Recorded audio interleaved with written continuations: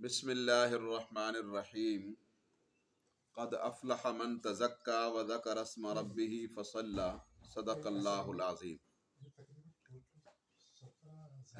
صدقہ فطر غرباء کے کھانے کی غرض سے یہ مقرر کیا گیا ہے، اور اس لیے بھی مقرر کیا گیا ہے کہ روزوں میں جو کوتاہی ہو گئی ہو وہ دور ہو جائے، اور روزوں میں کبھی لاغو اور بیہودہ بات ہو جاتی ہے تو اللہ تعالیٰ کی رحمت سے یہ امید ہے کہ وہ صدقہ فطر سے معاف ہو جاتا ہے۔ حضرت عبداللہ ابن ثعلبہ یہ اپنے والد سے روایت کرتے ہیں کہ 1 صاع گندم ہر شخص کے ذمے ہے، بچہ ہو یا بڑا، آزاد ہو یا غلام، مرد ہو یا عورت۔ تو صدقہ فطر جو ہے وہ فقراء اور مساکین کو دیا جائے گا، اس کے مصارف وہ ہیں۔ اللہ اکبر۔ تو نبی کریم صلی اللہ علیہ وسلم نے صدقہ فطر سے متعلق یہ تفصیلات ارشاد فرمائی ہیں، اور نبی کریم صلی اللہ علیہ وسلم سے قد افلح من تزکا وذکر اسم ربہ فصلی کی تفسیر پوچھی گئی کہ جس نے پاکی حاصل کی اور اللہ کا نام لیا پھر نماز پڑھی تو کامیاب ہو۔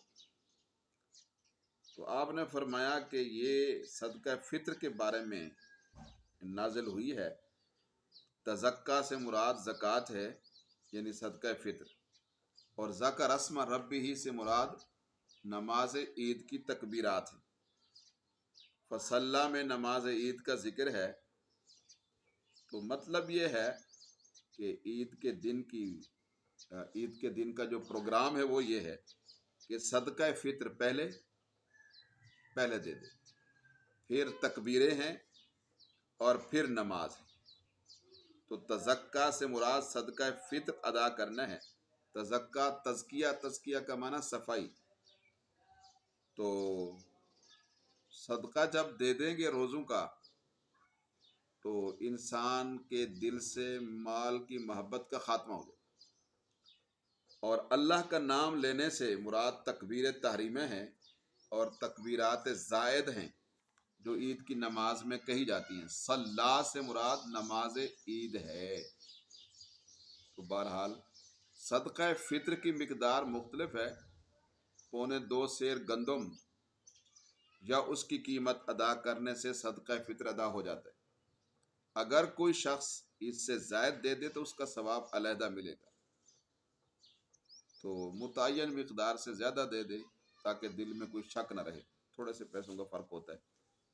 باقی اس کے مزید مسائل انشاءاللہ کل پرسوں کے درس میں عرض کریں گے۔